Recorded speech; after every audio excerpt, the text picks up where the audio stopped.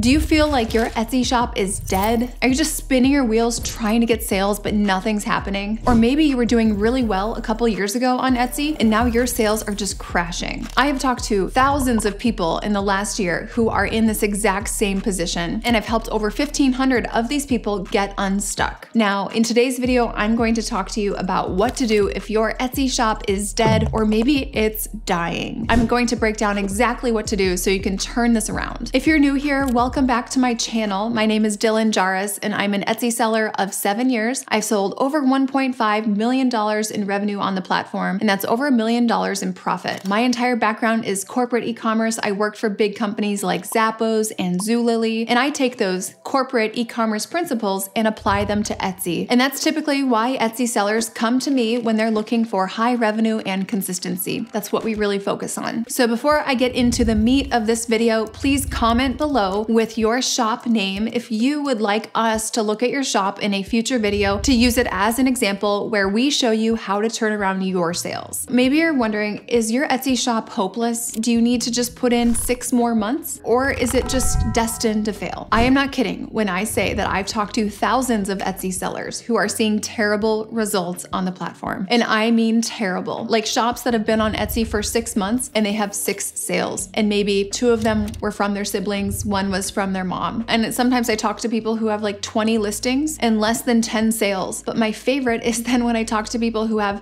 500 listings and they still only have like 10 sales. There's not a big difference between these 2 scenarios, 20 listings with 10 sales or 500 listings with 10 sales. Because if your listings kind of suck, it does not make a difference if you have 20 listings or 500 listings. Or maybe you fall in this category, which is one of my favorite types of Etsy shops to help. And these are shops that were seeing great results. They were in the multi 6 figures or 7 figures. They were thriving a few years ago, 2020, 2021, they were really climbing, but now they're seeing huge decreases year over year. And I'm talking some of the shops that I've helped, they were doing over $2 million a year in revenue, and then they dropped down to less than $500K per year this year. These are 2 types of people that I help every day. So we treat dead shops and we treat dying shops very differently. So let's say you are a dead shop that never took off, okay? You've been on Etsy for maybe a few months, a few weeks, maybe a year or a little longer, and you're just not seeing traction. You're about ready to give up. So what do we do to fix a dead shop that has never been alive? If this is you, write this down. Number 1, evaluate the age of your shop. If you have been on Etsy for more than 2 months and you have less than 5 sales, I would close that shop. Or if you have less than 20 sales, but you knew all the people, so they're not exactly real sales, I would still kill the shop. Because in this scenario, if you have gone at least a couple months and you are not seeing traction, there is a 99% chance that you did not start your shop optimized. And this means that you are better off starting a brand new shop that is fully optimized and starting off on the right foot, because you will get a boost from Etsy's algorithm that they give to brand new shops. I had a student who was spending, a couple months trying to get traction in an older shop. Now, I believe it had about less than 40 sales. It had been around almost a year at least, and it was not optimized. I advised her to start a brand new shop. When she did that, she optimized all the listings as soon as they were published. So she published optimized listings instead of trying to fix listings that had already been published. A lot of this was the exact same product from the other shop. Well, in the new shop, she gets 100 sales in her first 34 days. That's the power of launching with optimized listings. So the key here is do not launch a brand new shop with the exact same listings and strategies as the first shop, because you're just gonna go through the cycle over and over again, and you're gonna end up in the same position, but you'll have wasted way more time and effort. If nothing changes, nothing changes. And if we were working together, I would most likely recommend that you completely throw out any strategies, that you feel like you were doing before. So clean slate. The second thing I would do if you have never gotten traction on Etsy is to kill your listings. This is a hard one because usually your first listings are not the best. I find that a lot of people try to compensate for not being strong in graphic design by just cranking out a volume of listings. It's almost like, okay, I'm not very good at this, so I'm just gonna have to put more out there. This actually totally backfires because then you end up with a shop filled with dead weight. Quality really trumps quantity. And I'm not talking only about the quality of the listings structure and optimization, but I'm actually also talking about the quality of the design. You really have to compare your thumbnail against the competition in search results. So So side by side, right? Your value proposition, the combination of the listing photo and the price. Where do you fall? If you are not clearly the winning thumbnail, you are going to have a much harder time breaking through when everyone around you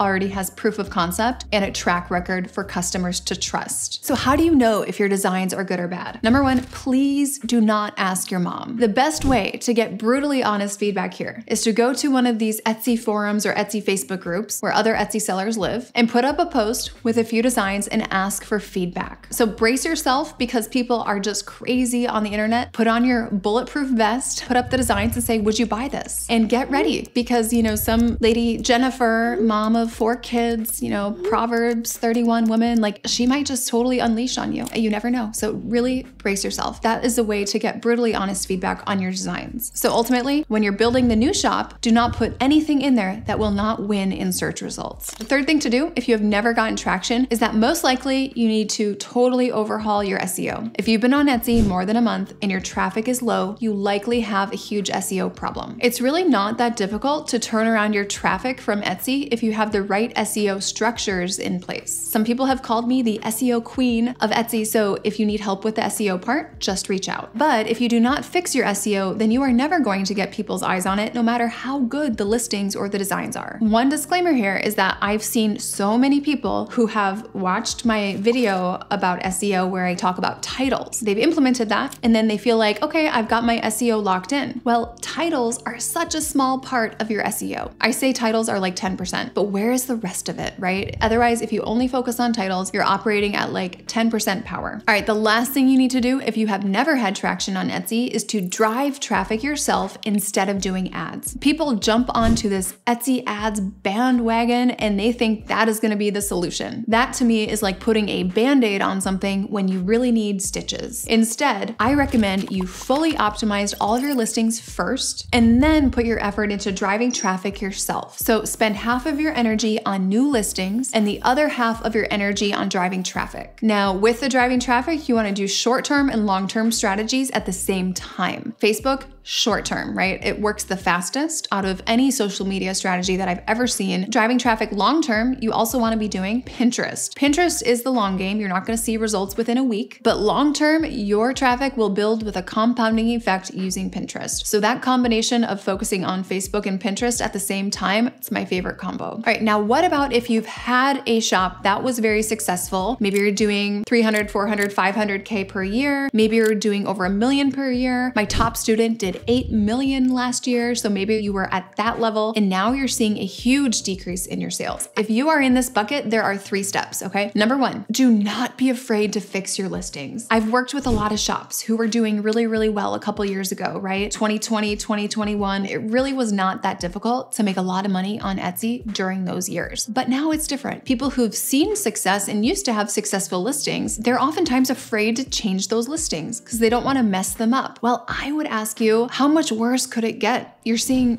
60 to 80% decrease year over year on what used to be your best listing. What's the worst case scenario? You are literally bleeding out, right? You have nothing to lose. People who were doing 100K per month, now they're doing 20K per month, but they're afraid to update their SEO. I say you have very little to lose here. It's time to make it happen. It's now or never. If you're in that position, I would ask yourself, what is the alternative? What is the trajectory that you are on if you go another 6 to 8 months with these decreases? So honestly, for both new shops and existing shops, if you're afraid to make changes in your shop, or if you are just thinking, I'm just going to ride this out, I'm just going to see what happens in the next 6 to 8 months. If you're not taking massive action, you're not going to see massive results. And if you can have someone else who has maybe turned around their own shop, maybe they were doing, 6, 7 figures, saw a decrease, and then turned it around this year. If you personally know any Etsy shops who have done that, definitely talking to them would be a great thing to do, or just getting some outside help, because usually it's going to need to have some outside insight and perspective to help you prioritize which changes to make first. And the reason is because time is not on your side. You don't have another 4 to 6 months to throw spaghetti at the wall and hope that you turn it around yourself. At this point, you know the potential of your business. You know you could be doing 6 or 7 figures. I would get an expert in to help you get back to that point as soon as possible. The second thing to do is to bring in new products left and right. I literally can guarantee your current product mix will not get you back to where you were at. Okay, if you were doing 6 to 7 figures before, before and you're seeing a 60 to 80% decrease, it's not going to be your current listings that will get you back up to where you were. You need new products 100%. With this, I recommend really getting some high trend items to really get a boost, rocket ship type of listings that you can kind of latch onto, and then some products that are more evergreen, so maybe not as trending. Key here is you're not looking to Etsy to find the trending products, because if you were at 6 to 7 figures and you're seeing a decrease, you need something much more powerful than the current best sellers on Etsy to get you back to that point. And being the market leader is the fastest way to make that happen, which means you can't be just copying the trends that are already on Etsy. The third thing you need to do is to discount heavily and turn on ads at the same time. We need to get all of your bestseller badges back. We need to get you at the top of search results. If anyone took market share, we need to get that back ASAP. And I'm talking about your old listings. This is what we're doing with your old listings. So any listings that were bestsellers or power listings, give them away and turn on ads at the same time. Literally give them away. And I would give them away probably for at least 200 orders. You will get those bestseller badges back. That alone is not going to fix your shop, because remember, we need tons of new products and listings as well, but this will help get more juice out of your old bestsellers. You really need to get your positioning back in search. So there's a lot more we can do here, but those are 3 steps that you can do if you were a big shop and then you're seeing a huge decrease. If you are interested in getting my help and my team's help with your shop, definitely reach out to us. We have over 20 people in our company and 9 people on the coaching team to help you get unstuck. If you'd like to find out more about our 6-week, 6-month, or 15-month coaching program, just schedule a call with us with the link below, and we'd be happy to take you into the program and actually show you the students, show you what it looks like when you're on the inside. And then we'd also love to talk to you about your shop, kind of what's going on with it and what your goals are, to see if what we have aligns with what you're looking to do. All right, I'll see you guys in the next video.